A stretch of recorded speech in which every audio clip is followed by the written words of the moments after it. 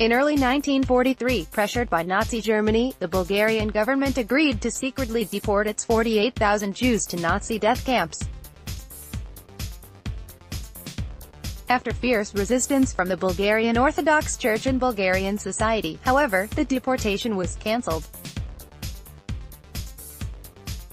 Bulgarians themselves, for centuries subjected to forced Islamization and ethnic cleansing by the Ottoman Empire, intuitively recognized the predicament of their fellow citizens and opposed it. Nazi officials saw it differently. To explain the failure of the anti-Jewish policy, Obergruppenführer Adolf Beckerli argued that the Bulgarian people lack the ideological enlightenment that we, in Germany, have. Now history is repeating itself. Liberal left ideas dominate European Union (EU) politics, but most Eastern European countries seem to be hesitant to embrace them. The general sentiment in Brussels is that Eastern Europeans lack enlightenment in terms of progressive ideas. However, is the driving force behind Eastern Europe's conservatism really backwardness? Or is there an experience common to this diverse group of nations that explains their resistance to liberal left ideas? The common history of Eastern Europe began with the establishment of communist rule after World War II.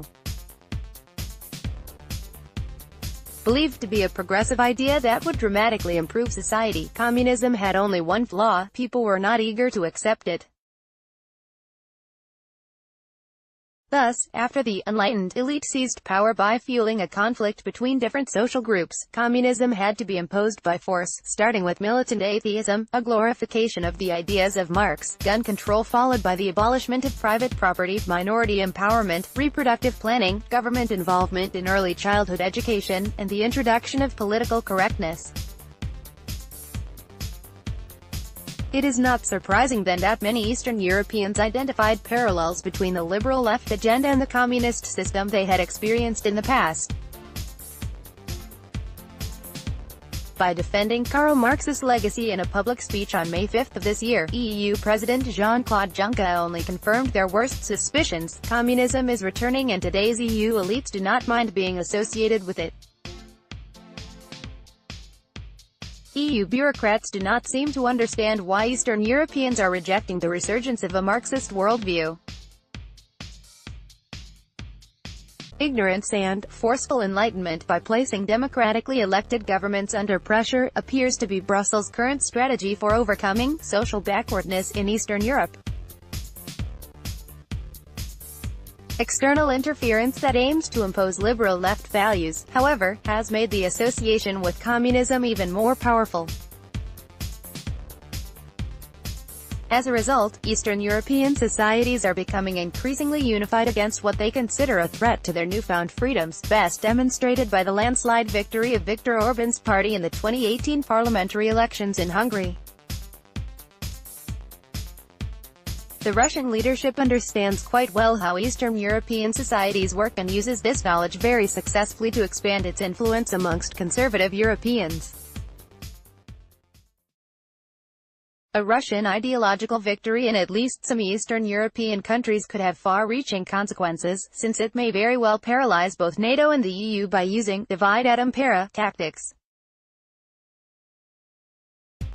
As an example, Konstantin Malafeev, a Russian billionaire with close ties to the Kremlin, is establishing a European network of Christian and patriotic organizations aiming to promote Russia as the only conservative authority in the Northern Hemisphere.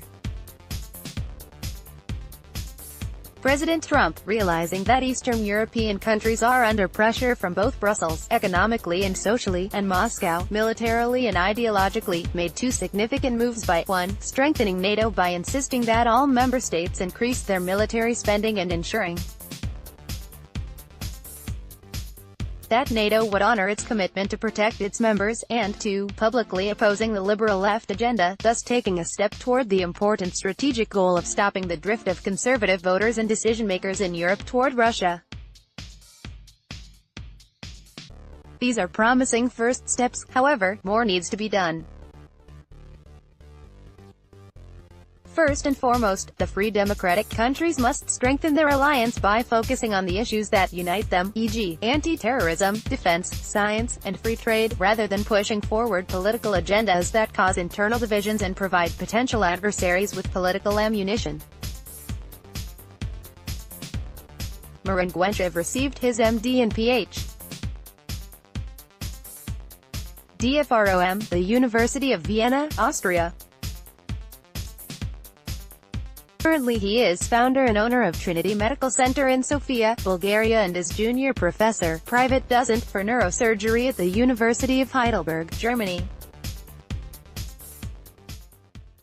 Risto Gwenchev received his architectural degree from the Technical University in Vienna, Austria. He is founder and owner of Prototype Limited, an international facade engineering company.